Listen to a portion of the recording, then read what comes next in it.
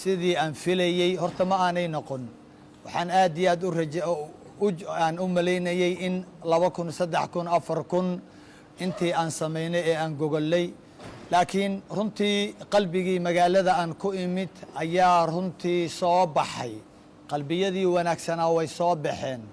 magaaladii bar ayaa halkii yimid. waxaan ugu talagallayna ma ahayn.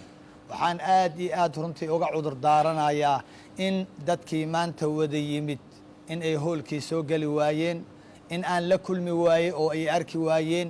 anna markaa hoolka markii aan tegey wuxuu runtii damiirkayga isiin waayey dhowrka kun ee gudaha ku jirta ee gale ee wakhti hore yimid in aan la hadlo boqolaalka kun ee kale bannaanka taaganna ay ka qadaan. sidaa aawadeed ayaan u soo gaabiyey hadalkaygii maanta. waxaana runtii halkaa ku ballan qaaday in goor dhow hadduu ilaahay idmo meel ka ballaaran kana weyn meeshii maanta in aan runtii shacabka uu ka shaqayn doono, madaxdu ka shaqayn doonaan, halkaana aan maaragtaaye dadweynaha kula kulmi doono. aad iyo aad baan uga cudur daaranayaa maanta haddaanan meeshaa la soo wada gelin, haddaan maaragtay hadalkeennii si fiican uusan u dhicin. laakiin waxaad ogaataan qalbigaas aad ku imaadeen ee aad guryihiinii uga soo tagteen in ilaahay idiin xisaabinayo.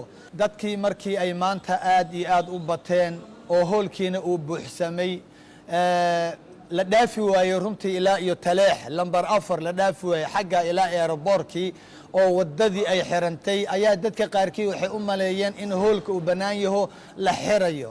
marka dadkii baa isyaro buursaday, dad baa marka ku dhaawacmay. ilaahay waxaan uga baryayaa dadkaa dhaawacmay ee labada ah ee la sheegayo runtii aad baan idiin salaamayaa. ilaahayna waxaan kaga baryayaa inuu idiin boogadhayo. waxaana dadweynaha yaqaana waana booqan doonaa biidn illaahi tacaala meel walbo ay joogaane in wax walbo gabdhaha loo qaban karo, booqasho hadday noqoto, haddii dhiirgelin ay noqoto, haddii duco ay noqoto, iyo haddii xataa maaragtaaye dee waa dad dhaawacmay maaragtaaye si walbo lagu caawin karana waa codsanayaa.